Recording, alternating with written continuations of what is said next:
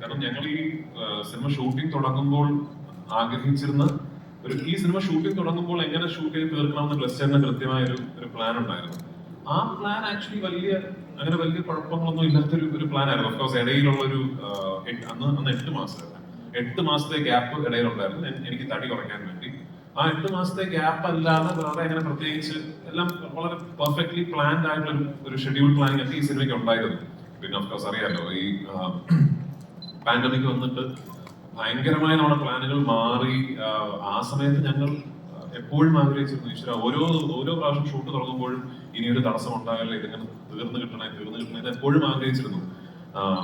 പക്ഷേ എനിക്ക് I am very proud of the fact, ഭയങ്കര അഭിമാനമുള്ള കാര്യം, നമ്മൾ അത്ര ഡെസ്പറേറ്റ് ആയിട്ട് എങ്ങനെയെങ്കിലും തീരണേ എന്ന് പറഞ്ഞ് ഷൂട്ട് ചെയ്യുമ്പോൾ പോലും ഒരു ഷോട്ട് എടുത്ത ദിവസങ്ങളുണ്ട്. ഒരൊറ്റ ഷോട്ട് ഒറ്റ ഷോട്ട് എടുത്ത ദിവസങ്ങളുണ്ട്. അത് സുനിലും പോയി ക്യാമറ സെറ്റ് ചെയ്ത് മരുഭൂമിയിൽ ഒരു പെർട്ടിക്കുലർ ലൈറ്റ് കണ്ടീഷൻ വരാൻ വേണ്ടി വെയിറ്റ് ചെയ്ത് ഞാൻ മാർക്കിട്ട പൊസിഷനിൽ ചെന്നിരുന്ന് മണിക്കൂറുകളോളം വെയിറ്റ് ചെയ്ത് ഒരു ഷോട്ട് എടുത്തിട്ട് ഇനി ലൈറ്റ് പോയി പാക്കപ്പ് ചെയ്യണം എന്ന് പറഞ്ഞ ദിവസങ്ങൾ ഇത്രയും പ്രശ്നങ്ങൾക്കിടയിലും ഉണ്ടായിട്ടുണ്ട്. അതാണ് ഞാൻ നേരത്തെ പറഞ്ഞത്, അങ്ങനെ ഒരു സിനിമയിൽ നിന്ന് ഒരു സംവിധായകന് പിന്നെ ഒരു ചെറിയൊരു ഇന്നലെ ഞാൻ മരുന്ന് വഴിക്ക് സംസാരിച്ച കാര്യം. ഇപ്പൊ ഈ ട്രെയിലർ കണ്ടപ്പോ എല്ലാവരും വളരെ എടുത്തു പറയുന്ന ഒരു ഷോട്ട് ഉണ്ടല്ലോ, ഒരു ഒട്ടകത്തിന്റെ കണ്ണിൽ എന്റെ റിഫ്ലക്ഷൻ ഒരു മാക്രോ ലെൻസ് ഇട്ട് ഷൂട്ട് ചെയ്ത ഒരു ഷോട്ട്. സുനിലുണ്ടോ ഇവിടെ ക്യാമറമാൻ? ഇല്ല, ഓക്കെ. അത് ഒരു സീനിൽ അപ്പൊ പുസ്തകം അറിയാവുന്ന ആൾക്കാരായതുകൊണ്ട് സീനൊക്കെ അപ്പൊ ഞാൻ ഈ മൃഗങ്ങളോട് യാത്ര പറയുന്ന ഒരു സീനുണ്ട്.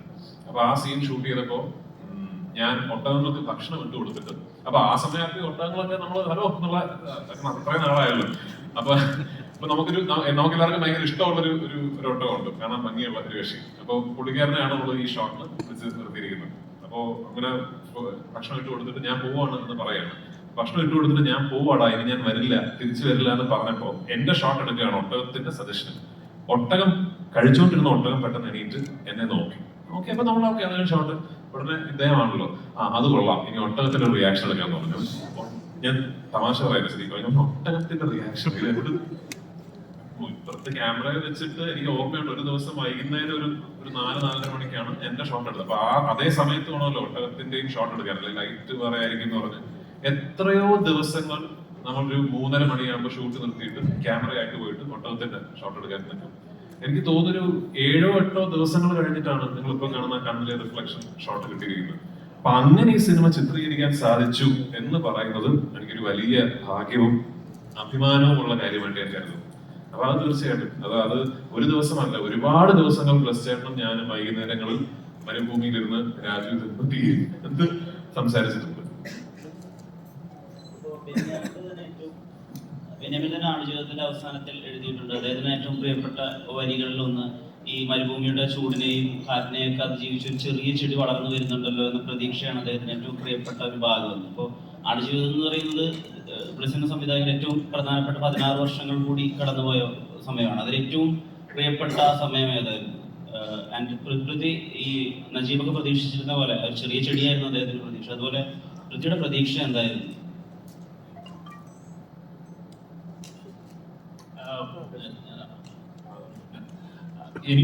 ഞാൻ ആദ്യം പറഞ്ഞല്ലോ, ഈ പുസ്തകം അങ്ങനെ പകർത്തിയ ഒരാളല്ല. എനിക്ക് ഈ സിനിമയിൽ, നിങ്ങൾ സിനിമ കാണുമ്പോൾ മാത്രം അറിയാവുന്നതുകൊണ്ട് അത് ഡീറ്റെയിൽ പറയുന്നത്. ഈ സിനിമയിൽ എനിക്ക് ഏറ്റവും പ്രിയപ്പെട്ടതായി തോന്നിയ അത് ആ പുസ്തകത്തിൽ ഇല്ലാത്തൊരു സീനുണ്ട്. അതാണ് കാരണം ഞാൻ എന്നും വിചാരിച്ചിട്ടുണ്ട്, ഭൂമിയുടെ മുകളിൽ നിന്ന് നോക്കുമ്പോൾ നമ്മളും മൃഗങ്ങളും ഒക്കെ ഈശ്വരനെ സംബന്ധിച്ചിടത്തോളം ഈക്വലായിട്ട് തോന്നിയിട്ടുണ്ട്. അതെനിക്ക് ഒരുപാട് മുമ്പേ തോന്നി. അപ്പൊ അത്തരത്തിൽ മൃഗങ്ങൾ നമ്മളോട് എങ്ങനെയാണ് കമ്മ്യൂണിക്കേറ്റ് ചെയ്യുന്നതിൻ്റെ ഒരു വലിയ ഒരു ഉദാഹരണമായിട്ട് ഒരു കുഞ്ഞ് ആട്ടുകുട്ടി അദ്ദേഹവുമായിട്ട് അഭിനയിച്ചിട്ടുണ്ട്. എനിക്ക് തോന്നുന്നു ഞാൻ ഏറ്റവും പ്രിയപ്പെട്ടതായിട്ട് അതിനുവേണ്ടി ഞങ്ങൾ കഷ്ടപ്പാടുകൾ വളരെയാണ്. ശരിക്കും ഞാൻ റസൂലിൻ്റെ അടുത്ത് പറഞ്ഞു, ഞങ്ങൾ മിക്സ് ചെയ്തുകൊണ്ടിരിക്കുമ്പോൾ ആ കുഞ്ഞ് ആട് മരിച്ചുപോയി. എനിക്ക് ഇത്രയധികം വേദനയോടുകൂടി എനിക്ക് എന്നുവെച്ചാൽ ആട്ടുകുട്ടി അല്ലായിരുന്നെങ്കിൽ ചിലപ്പോൾ നമ്മൾ അതിൻ്റെ ഫോട്ടോ ഇട്ടേനെ. കാരണം യൂണിറ്റ് മുഴുവൻ സ്നേഹിച്ച് അതിന് ബിസ്ക്കറ്റ് കൊടുത്ത് ഞങ്ങൾ ഷൂട്ട് കഴിഞ്ഞപ്പോഴത്തേക്കും വയറിളക്കം പിടിച്ച് നെക്സ്റ്റ് ഡേ അതിനെ കണ്ടില്ല, മരിച്ചുപോയി എന്ന് പറഞ്ഞു. എനിക്ക് എത്ര ഇമോഷണൽ ആ കാര്യം.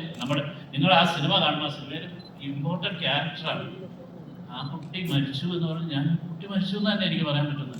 അപ്പം ഇങ്ങനത്തെ ഇമോഷണലി നമുക്ക് എല്ലാത്തിനോടും ബെന്യാമിനെ ചെടിയാണെങ്കിൽ എനിക്ക് ഈ ആട്ടുകുഞ്ഞിനോടാണ് എൻ്റെ ഏറ്റവും വലിയ സ്നേഹം ഇഷ്ടം എന്ന് പറയുന്നത്. അപ്പം ഓരോരുത്തരെയും അങ്ങനെ ടച്ച് ചെയ്തിട്ടുള്ള പല പല കാര്യങ്ങളുണ്ടാകും.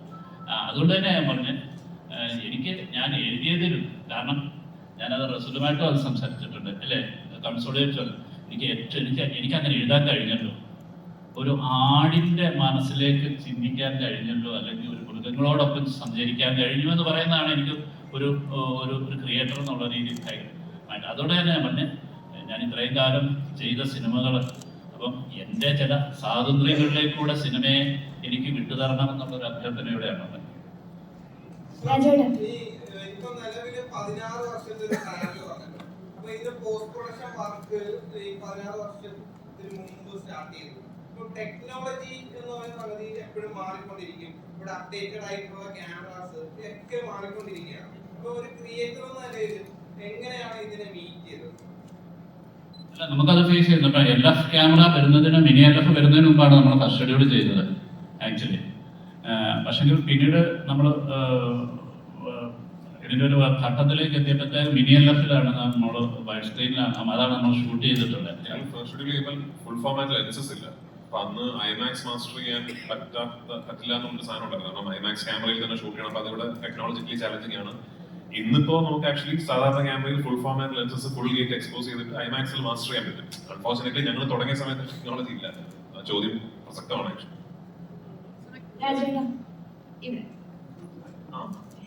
നമ്മൾ ബോഡി ട്രാൻസ്ഫോർമേഷൻ എന്ന് പറയുമ്പോൾ എന്തിൻ്റെ പേരിലാണെങ്കിലും കുറച്ചൊരു റിസ്കി ആയിട്ടുള്ള കാര്യമാണ്. അപ്പം ഇത്രയും കാലം ഒരു സിനിമയ്ക്ക് വേണ്ടിയിട്ട് ഒരു ബോഡി ട്രാൻസ്ഫോർമേഷൻ നടത്തുക എന്നുള്ളത് വലിയ കാര്യമാണ്. അതിനെ ആദ്യമേ അപ്രിസിയേഷൻ ചെയ്യുന്നു.